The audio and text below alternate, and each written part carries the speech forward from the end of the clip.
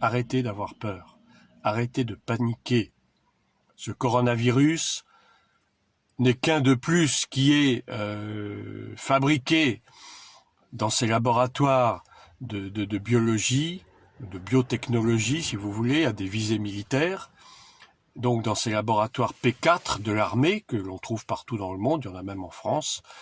Et donc à Wuhan, en Chine, le laboratoire P4 a donc testé ce virus, ce coronavirus, qui a été fabriqué, bien sûr, et ensuite qui a été trafiqué de façon à le rendre offensif, de le rendre létal dans un petit pourcentage de cas, et afin de créer cette épidémie, cette pandémie. C'est une attaque démoniaque. Spirituellement, c'est une attaque démoniaque que le Seigneur a voulu simplement pour forcer le monde, forcer les gens à croire en lui, à croire qu'il est le seul sauveur de l'humanité. Les religions n'ont jamais sauvé qui que ce soit. Les religions, depuis l'Antiquité et même avant, ont été fabriquées par l'homme. Les religions ne sont pas de Dieu. Une fois pour toutes, il faut qu'on se mette ça dans la tête.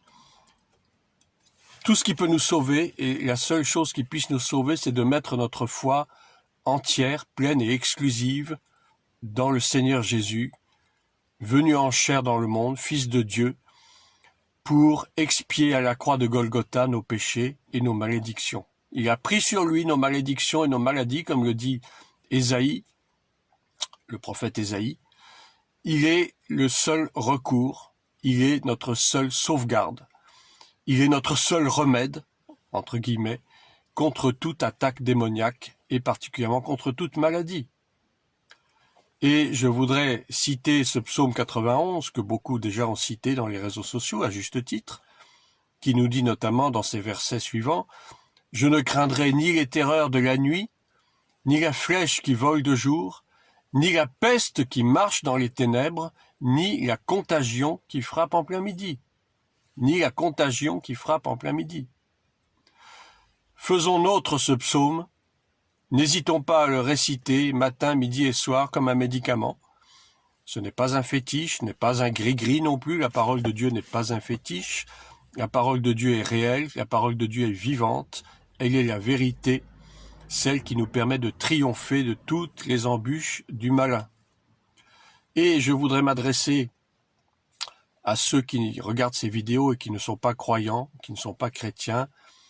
Il est le temps pour vous de fléchir les genoux devant Dieu, de reconnaître que vous avez vécu sans lui pendant des années, voire des décennies, qu'il est temps maintenant de se tourner vers Jésus-Christ, le seul Sauveur et Seigneur, le seul qui soit mort et ressuscité. Personne d'autre que lui n'est mort et ressuscité. Beaucoup sont morts, mais tous ne sont pas ressuscités, à part lui. Il est le seul. Mettez votre foi en lui. Acceptez-le comme votre Seigneur et Sauveur. Il est grand temps maintenant de nous tourner vers celui qui peut nous sauver de la déroute, qui peut nous sauver des catastrophes à venir. Le monde est en pleine déroute, le monde est en pleine déconfiture, mais nous ne devons pas baisser les bras. Au contraire, nous devons redoubler à la fois de vigilance et partir en guerre contre tous ces hordes de démons qui cherchent à nuire à l'Église, qui cherchent à nuire aux chrétiens et qui cherchent d'une façon générale à nuire au monde entier. Mais encore une fois, n'ayez pas peur, ça ne sert à rien. La peur et la panique ne sont pas des remèdes, au contraire, ce sont ces choses qui permettent d'aggraver la situation. Dans la peur et dans la panique, on fait n'importe quoi, on fait des bêtises, et ça n'ajoute rien du tout. Ce n'est pas du tout un remède efficace. Plions les genoux devant le Seigneur, vivons dans la sanctification, et pour vous, chrétiens et chrétiennes, revêtez-vous du sang de l'agneau, ce sang pur et sans tache, ce sang qui a été mis sur les linteaux en Égypte, du peuple d'Israël pour se prémunir de l'ange exterminateur. C'est ce même sang qui nous couvre aujourd'hui, c'est ce même sang qui nous préserve de la calamité, C'est ce même sang qui nous préserve de la maladie et de la mort. Alors, faisons usage de ce sang avec foi, et vous verrez que personne ne sera touché. Ou si par hasard vous êtes touché accidentellement, vous ne mourrez pas si vous mettez votre foi dans le Seigneur. Vous ne mourrez pas parce que le Seigneur protège ses enfants. Soyez bénis, j'espère que ces paroles d'encouragement vous serviront. À une prochaine fois. Bonne journée à tous.